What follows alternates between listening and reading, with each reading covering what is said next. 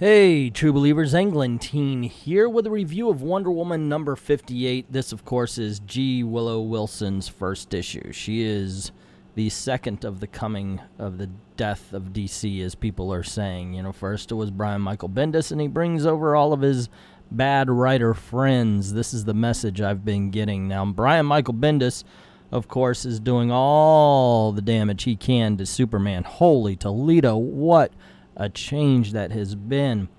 Now, let me tell you something about Wonder Woman. On the other hand, I gotta say, this is not a book that I can say has been really good since Rebirth has started. It's been hit and miss. Some stories good, some stories bad, some stories are absolute garbage. And I point to the one where they're in Mexico for that one. God, I couldn't wait for that to end. What a mess of a story that was. Now, of course, everybody's expecting this one to be absolute garbage as well because G. Willow Wilson, of course, wrote Ms. Marvel. Now, Ms. Marvel has always been the one I gave a pass to. I didn't think it was all that bad, and in all honesty, I don't think that this Wonder Woman comic book is all that bad. That being said, it's not all that great either. I mean, it's decent, but my goodness gracious, it's a mess. It's not as bad as it could be, but it is kind of fun. Most of the problem I have with this book really stems from the dialogue.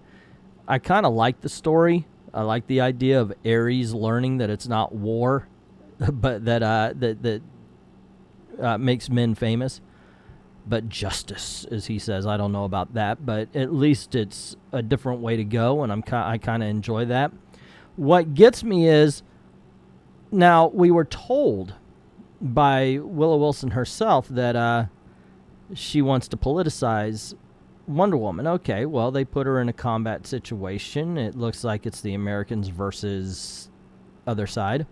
And so we get a lot of war talk and a lot of, like, I don't know. It's definitely not Wonder Woman, so it's Willow Wilson saying what she thinks, but it's all over the map. It is literally all over the map. There's not one central, like, war is bad.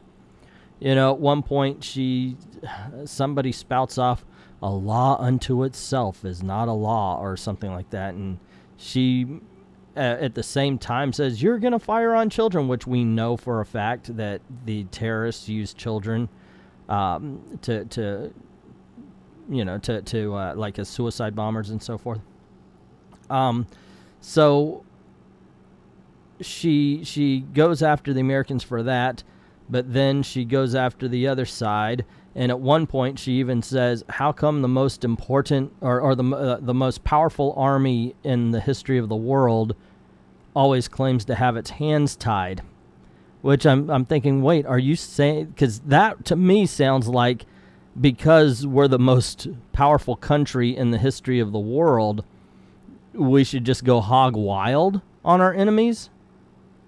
Is that some? I mean, politics do play a role. If you want to have a world that's talking to each other, politics have to play a role. But it seems like Wonder Woman, the way she's written here, just doesn't understand that. And the thing is, it goes back and forth like that. It really, and the worst part is that Wonder Woman is talking in platitudes. Now, I read this twice just to make sure that what I'm talking about, you know, is there. Because sometimes you read something and you go, well, this is the way I saw it. Well, you should read it over. Make sure that you're not going in with a preconceived notion about what it's supposed to be. You know, I wasn't looking forward to this. So obviously I went in thinking, oh, it's going to suck. So when I first read it, I'm like, wow, that was pretty good. Because, you know, I was expecting it to be so bad that when it wasn't that bad, I thought it was good. So I read it a second time, and I realized, well, yeah, it actually isn't that bad, but it's not that good either. I've been reading a lot of books this week that seem to be just middle of the line. Really, guys, Electric Warriors, Dr. Horrible, and Infinite Dark. Those are the only 3 good reviews, like solid good reviews that I've done. So check out the review for Dr. Horrible to get some good reviews. But wow, because that's the way I'm getting off of this. Now, the better part of it, I thought, was the relationship between Wonder Woman and Steve Trevor. I thought that scene was done very well. I thought the scenes with Ares was done very well. So there are good things about the book, but overall, I can't say, "Ooh, I hate this and I'm going to roast it like America Chavez." I don't really talk like that. I don't know why I did that voice when I'm actually saying what I would say. But but the thing is, I can't say it's that bad, but Jesus, Lord in heaven, I can't recommend it either. God of War #1 from Dark Horse Comics actually came out this week as well. So I figured, hey, wait a second, we got Ares and Wonder Woman. Why don't I get God of War here? And it kind of, Ares God of War. No, I don't know why I thought these two went together, but I figured, what the heck? Let's check this out, because I have never played a game. I've never played a God of War game. Not once. Not even on a trial basis. So I've been looking forward to it. I played some games that people said were God of War-esque, like Dante's Inferno and Ghost Rider.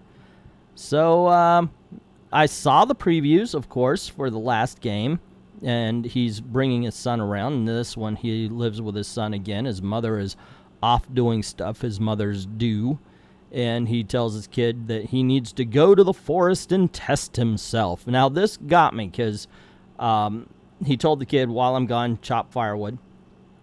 And he goes into the woods to test himself, which I'm thinking, of course, means he's going to go try to find some big old monster to fight, and we're going to have a big old monster fighting scene. And he goes around and finds a couple of wolves, and he's like, "No, I will not fight you today. I have passed my test." And apparently it's his rage that he's trying to keep down. Now, I don't know how the rage fits in with anything. Like I said, I didn't play the game. So maybe this book is expecting me to know a little bit more about, what is the name? Kratos? I guess it's expecting me to, yeah, because I don't think he's actually named in this. Yeah, it's not like he says, "Hey, Papa Kratos, what are you doing today?" "I'm going out to fight some wolves." It doesn't say anything like that, so I think you're expected already to have some knowledge from the video games. I just know it's kind of like one of those things, just by hanging around video game players, I know some of this stuff. So he goes out and he does that, comes across a bear that's mauling an old guy, and he fights it. And, then blames the bear. "The bear shouldn't have pissed me off." And, walks back to his home. Now let's talk about, that's the storyline anyway. So let's talk about the book itself. I had a conversation with an artist, good guy. Told me one time that, Alex Ross is a really good artist, which I agree with. He goes, but he's a lousy comic book artist, which I can see. I can understand. I agree with it in a certain way. Part of the reason why is that Alex Ross is very good at painting pictures, but not very good at sequential art. So the art doesn't move. It doesn't flow. It's just a bunch of stagnant images, which the best comic book artists, the art almost looks like it's moving with your eyes. So you go from one panel to the next, so you understand the story. You can get the story from the art itself. That's not this. This is the former.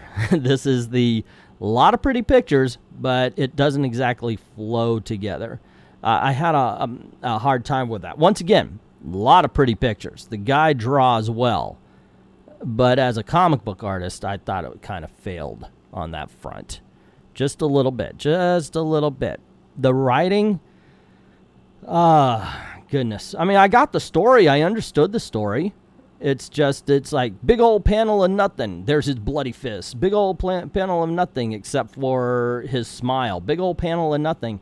This is really a short story that's been drawn out to full-length comic book form. This could have been in a Dark Horse Presents. It didn't have to have its own comic book. It's really just drawn out. It's entertaining. I can say it was fun. I enjoyed it. But it was not necessary to put this in a full-length book. That's my only complaint about it.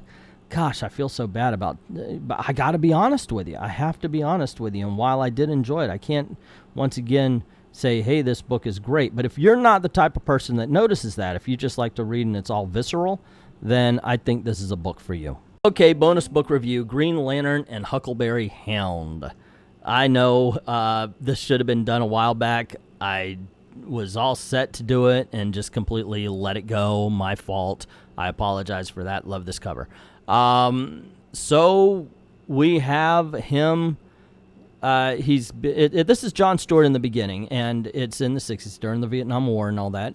And he is in training, and he's told that he should go back to Earth and not use his ring, which of course he does. He goes back, and it's kind of like the Green Arrow, Green Lantern thing, where he's walking around and he's seeing all the injustice, he's seeing the racial injustice, so forth and so on, and he's having a hard time not using his ring.